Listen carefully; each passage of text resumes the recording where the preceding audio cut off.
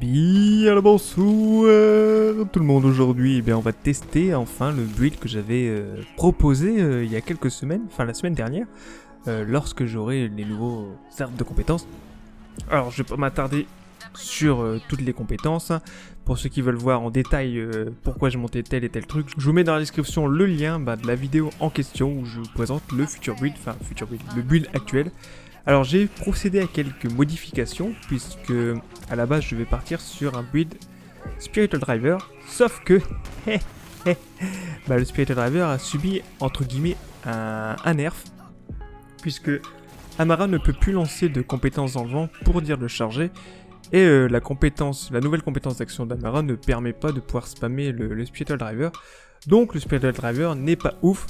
Donc à la place j'ai remis mon petit muse en attendant de farm le Armrace pour dropper le nouveau mode de classe qui m'a l'air plutôt pas mal. Autre modification sur les arbres, du coup j'ai mis quelques points quand même sur coup de main et pleine conscience pour dire de profiter de quelques bonus, mais j'ai pas maximisé comme j'avais mis dans la vidéo que j'avais faite où je présente le futur build. J'ai mis plutôt des points dans marchand d'armes qui me permet d'avoir des dégâts de zone de plus 20% et de réduire les dégâts de zone également. Donc voilà, donc c'est un peu les seules modifications que j'ai faites comparé à ce que je vous avais proposé sur la vidéo. J'ai mis un seul point dans alimentation et un seul dans roulette, chose que je n'avais pas mis dans la présentation du futur build, mais sinon ça reste à peu près la même chose. En termes de build, j'ai eu des modifications aussi, puisqu'il faut savoir que le Stinger, je pense qu'il a subi un nerf également, puisqu'il n'est plus aussi puissant. Donc je ne joue plus avec un bouclier plénitude, je joue avec un Faulty Star glace, avec en bonus d'élu, à la fin de la compétence d'action, vous infligez 50% de dégâts de glace bonus avec des armes pendant 10 secondes, pour spécialiser ma Amara Brady hybride dans les dégâts de glace. La Snowdrift, j'en ai farmé quelques-unes. Alors j'ai dropé une Snowdrift niveau 65, mais elle n'est pas ouf. J'ai juste le dégât de glace de plus 24%, mais elle vaut pas la niveau 60 que j'ai. Donc puis bon, pour les dégâts bonus qu'elles apportent en plus en 5 levels, c'est pas non plus folichon, donc je crois que je vais laisser celle-ci pour le moment. Mais voilà.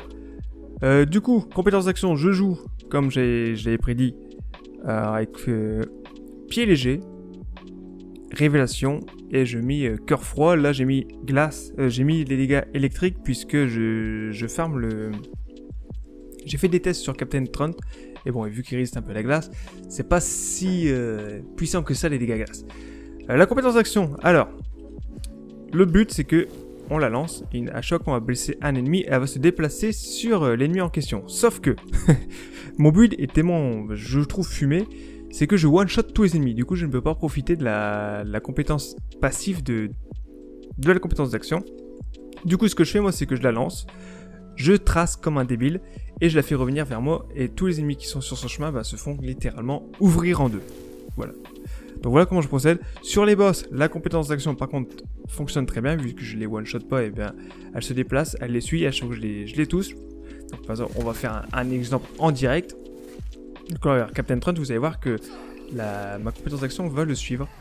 Donc on l'envoie. Ah non, j'ai loupé. Donc là, c'est fait exprès. Hop, quand je tire dessus, voilà, elle va dessus. Et elle suit le petit Captain Trent un peu partout. Voilà. Et plus il reste dedans, plus elle fait des dégâts. Et plus je vais tuer d'ennemis, plus elle va faire des dégâts également. Et puis voilà, vous me direz ce que vous en pensez.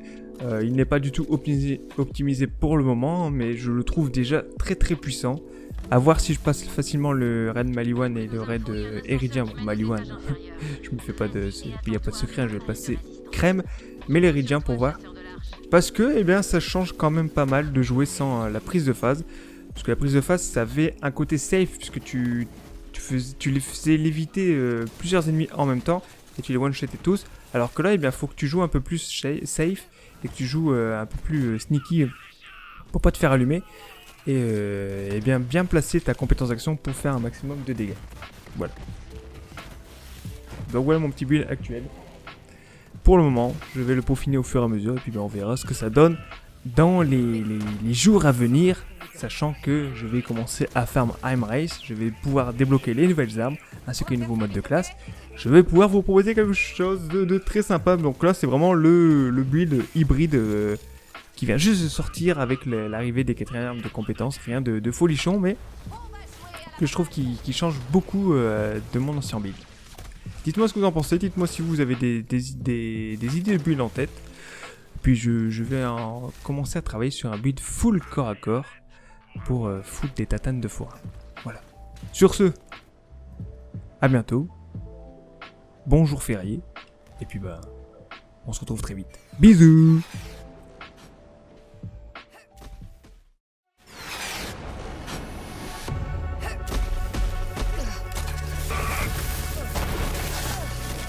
Pleure et tremble devant moi. Je retourne vers les cieux. Triple menace, triple élimination.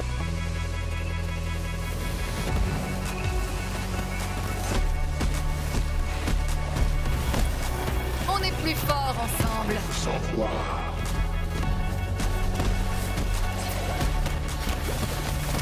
Je ne baisse jamais. Allez-moi cette énorme montagne. Parfait, ça me fera un entraînement.